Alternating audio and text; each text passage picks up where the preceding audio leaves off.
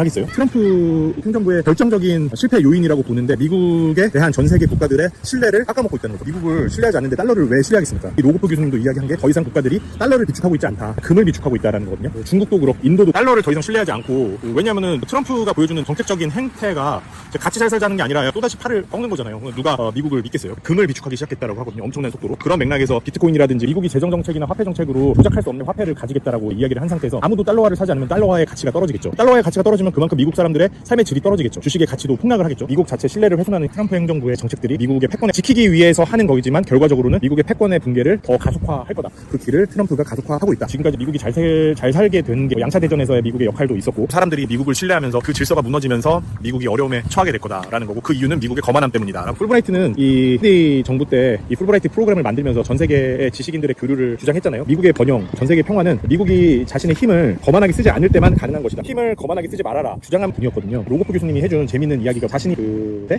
퇴직연금을 투자를 해야 되는데 당시에 일본이 잘 나가니까 일본 엔화에 했다는 거예요. 투자를 너무 잘한 것 같이 보였대요. 수익이 엄청나게 올라가고 있었는데 갑자기 1970년도에 이 엔화를 급하게 절상해버리는 이 닉슨 행정부의 정책이 나오면서 엔화 가치가 혹삭 주저앉아버리고 망해버렸다라는 개인 투자 이야기를 해줬어요. 우리가 투자하는 것도 공정한 시장 질서나 가정하고 하는 거지 갑자기 말도 안 되는 정책이 나와버린다 그러면은 개인의 삶이나 투자는 한순간에 무너지는 거거든요. 케네스 로고프 교수님이 전문가임에도 불구하고 일어나버린 거죠. 정책적인 불확실성이나 말도 안 되는 경제정책을 쓰는 경우에는 누구에게는 유리하고 누구의 삶은 한순간에 망쳐버리는 결과들이 나오기 십상이잖아요. 우리나라도 대통령 선거를 앞두고 있고 경제적인 정책이라든지 여러 가지를 조정하면서 주의해야 할 거는 미국 일변도의 정책을 해서는 안 된다는 거. 지금처럼 미국이라는 국가의 비합리적인 정책이 일어나면서 불확실성이 커질 때는 10년, 30년 전에 피던 미국 일변도의 외교 정책이나 무역 정책을 펴가지고는 안 됩니다. 또 미국이 패권의 몰락을 스스로 가속화하고 있는 시대에는 우리가 냉정하게 이 상황을 보면서 잘 대응해야 된다는 거. 일본의 잃어버린 20년이 우리나라에 반복되지 않으려고 하면은 이 일본이 말도 안 되게 미국에 굴복하는 정책을 펴므로써 자신들의 경제를 완전 망가뜨렸듯이 그런 잘못을 범해가지고는 안 된다는 거고 윤석열의 반란 범죄자에 가담했었던 이 한덕수라는 기회주의적인 행정 관료 자신의 행정기관에서의 지위를 이용해가지고 사익을 추구하는 기회적 일제시대였다라면 나라를 팔아먹을 반민족 반인륜 범죄 행위자였을 한덕수 같은 사람이 김태효도 미국 워싱턴에 와서 무역정책이 합의하려고 했잖아요. 나라를 팔아먹는 행위고 이 우리 한국 시민들의 삶에 직접적인 해악을 끼치는 행위라는 겁니다. 시대를 잘못 잇는 시대착오적이고 자기 사익을 추구하는 사람들이 정책을 결정해서는 안 되고 현실을 정확하게 이해하고 우리나라의 이익이 되는 어떻게 하면은 우리의 이익을 잘 지켜낼 수 있는지 노력이 정말 필요하다는 생각이 듭니다. 풀브라이트 방문학자로 있으면서 전 세계 지성인들이 현재 세계를 통찰력 있게 바라보고 앞으로 전 세계가 어떻게 바뀔지에 대해 가지고 하는 이야기들을 전달을 해드리려고 했고요. 한국 언론에서 세계적인 경제라든지 정세의 흐름에 대해서 관심이 없기도 하고 잘 통찰하지도 못하고 그런 것들을 보면서 부족하지만 나름대로 최대한 노력해야 되겠다. 여기서 지내는 이 시간이 저를 위한 시간뿐만 아니라 사회 공동체를 제공해야 하는 지식인으로서의